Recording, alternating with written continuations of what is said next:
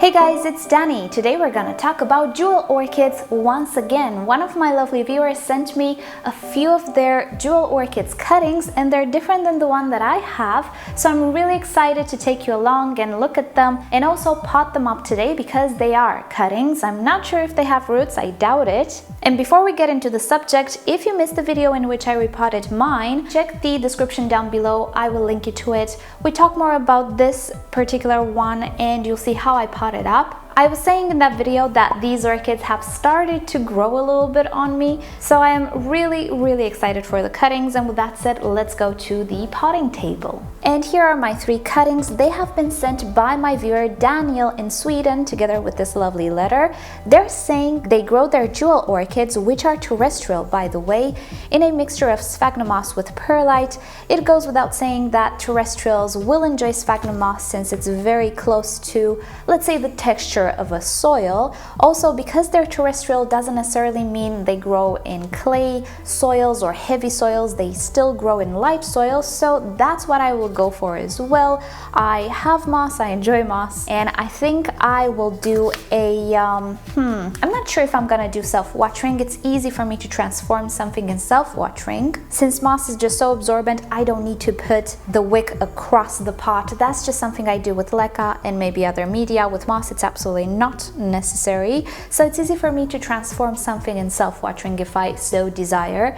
But I will use sphagnum moss with a top layer of bark, which I don't have at the moment. I ordered. It will come here next week, I suppose. So the setup will not actually be complete today, but for the main part, I will use sphagnum moss and perlite just like Daniel. So that said, let's just take a look at the cuttings before I go ahead and pot them. First off, we have a Ludicea discolor, which is what I have as well, but this is variety Alba, and look at the foliage. It's not red or actually purple like my other one. And also the stripes, they're just as shiny or actually shimmery and beautiful as my Ludicea, but they're also not pink. They're just so beautiful, and I suspect this particular one will not go pink, not even under the influence of light, since it's an Alba variety. Other than that, I do expect it to behave like the other Ludicea, which means I can grow it in self-watering, and I also can grow it in a tall self-watering pot. Next up, we have another Ludicea discolor, but this is variety Dawsoniana, I think, red strip. So this looks pretty similar with the one that I have, but these strips are actually red or pink. Mine doesn't have all red strips. They're mainly kind of gold in color. Some of them are pink, but these ones are a little bit redder than the one that I have, I think. So again, because it is a Ludicea, I know it will do good in the setup that I have my other Ludicea, which is doing quite great in self-watering, and it is pendant at some point. So again, I think I will just go with self-watering with these guys. And this one, behold. In my previous video, I told you that I will be on the lookout for this one because it's absolutely gorgeous. This is a Macotis Betola. Oh my goodness. This is hard to describe in words. You have to see it in front of your eyes. I hope the camera can actually catch all of the details. These stripes actually have a glow to them. Yes, they are a different color than the background, but do you see they have a glow, like an aura around them? Hard to explain. Just one of the most fantastic things that I have ever seen, to be fully honest. This is a really appealing orchid to me, more than the Ludicea, although they're similar. It's just so gorgeous. I'm so happy, Daniel. Thank you so much for sending me a cutting. It's absolutely stunning in person. I do believe that, at least in Europe, you could find it in flower shops. Both the Ludicea and the Macotis, sometimes they do appear in flower shops. Now that I have this in front of me, I think I did see it in flower shops from time to time, but it never occurred to me that it is an orchid. I knew the Ludicea is an orchid, but they look quite different. And Ludiceas, yeah, they're pretty and they grow on me, but I was never super attracted to them. I believe this was just another house plant, and I'm I'm mostly interested in orchids, not houseplants. But anyway, beautiful cuttings. But now I think it's time to prepare the pots. We'll see if they have roots. I don't suspect they do. I don't plan on putting them in water or anything. I'm just going to root them directly into the sphagnum moss. It should be fine. So that said, let me just find some pots. Okay, here are the pots that I will be using. For the two Ledicias, I will use two taller pots because I know already it is a pendant type of orchid. With the Macotis, I will go for something shorter because I don't think it's pendant. I looked at some pictures, I didn't really see anything that would suggest a pendant display. I don't know, we'll see when it grows. It's easy to up pot and change the pot. But for now, I'm just going to put it in something that is not very tall, just to look more aesthetically pleasing. And actually, I will start with the Macotis. Before we go ahead and repot her, where do I put these pots? Alrighty, so before we go ahead and pot her up, if you are wondering where I get my self-watering pots, well, flower shop, garden centers, they're not really already made. I custom make them. So this is actually purchased from a store, from a grocery shop. It is a microwavable container. It's food grade, it's non-toxic or anything. And this pot is a decorative plastic pot which I find at my local garden center. You might be able to find ceramic ones, if not plastic pots. Anyway, I do have a video in which I talk more about the self-watering pots, how I make them. I have more ideas there, so I'll link you down below to that video. Good thing is you can make something like this for pretty cheap. If you don't readily have available self-watering pots, you can absolutely do one. Bad thing is you don't actually have a visual indicator of the water level, so you will need to just pick up the interior pot and take a look, see if your reservoir is empty or not. So advantages and disadvantages, but if you want something really fast and quite affordable, definitely you can do something like this. Test it out, see if you like the self-watering idea in general. And if you do, you know, you can invest in something more professional. If not, at least you didn't spend a heck of a lot of money. So I'm going to unwrap this little cutting. The moss is still slightly damp, and here she is. We don't have roots just yet. I wasn't expecting to have roots, but I do believe we will have some roots sprouting pretty soon.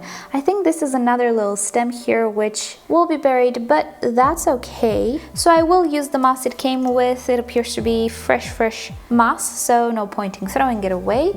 And just like with other repottings, I'm just going to place some medium inside the pot and then some perlite. I actually keep the perlite separate because the moss might actually be used for other projects as well in which I don't require perlite, so I prefer to do the mixes inside the pots directly.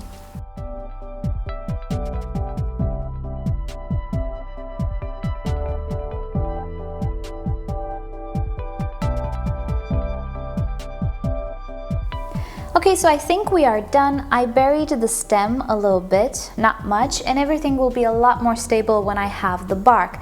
I also left a little bit of a level here because there will be bark, but for now I think it's perfectly fine. I don't intend to move this plant around too much, so it's okay if she's slightly wobbly. The top layer of bark will actually make everything a lot more stable, and now all I need to do is just water it, and with moss and self-watering it's really easy. That's pretty much all I need to do. The good thing with moss is that it's so absorbent that even if you water it on one side of the pot, it will just spread through the entirety of the pot. Also, if you have a reservoir of water, rest assured that the moss will actually pick it up and will deliver it throughout its mass very even. So that's about it with this orchid. Let's not forget the tag. Isn't she so pretty? Alrighty, let's get to the other ones. Okay, with this one we do have a little bit of a root here, not sure if it's still alive. The roots of these orchids are very fuzzy and quite similar to Paphiopedilums. So I will just go ahead and do the exact same thing, put some moss inside the pot and arrange this. I think I'm gonna bury it up until here. The stem will actually produce roots all across the area that is buried. With this one, I do think we have a root, which is here. You can see the moss is really attached to the root. I'm not going to remove it or disturb it. I'm just gonna pot it as it is.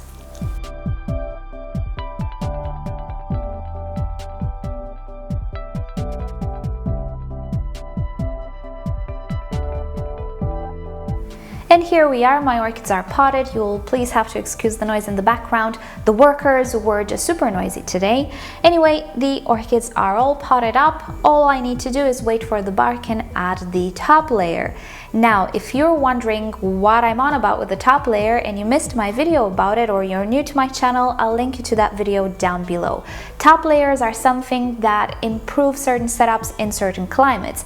And for me, with self-watering and moss, I have major issues with algae accumulations on top of the medium. A bit of algae, totally fine. A lot of algae, absolutely not fine. It can suffocate roots when algae dies. It can start to smell really, really bad. It can spoil the medium faster, hence the top layer of bark. But anyway, I do discuss more about these things in that video, so just check it down below. As for the self-watering technique with moss, I pack the moss very, very lightly, and even if it's moist all of the time, it is what I want.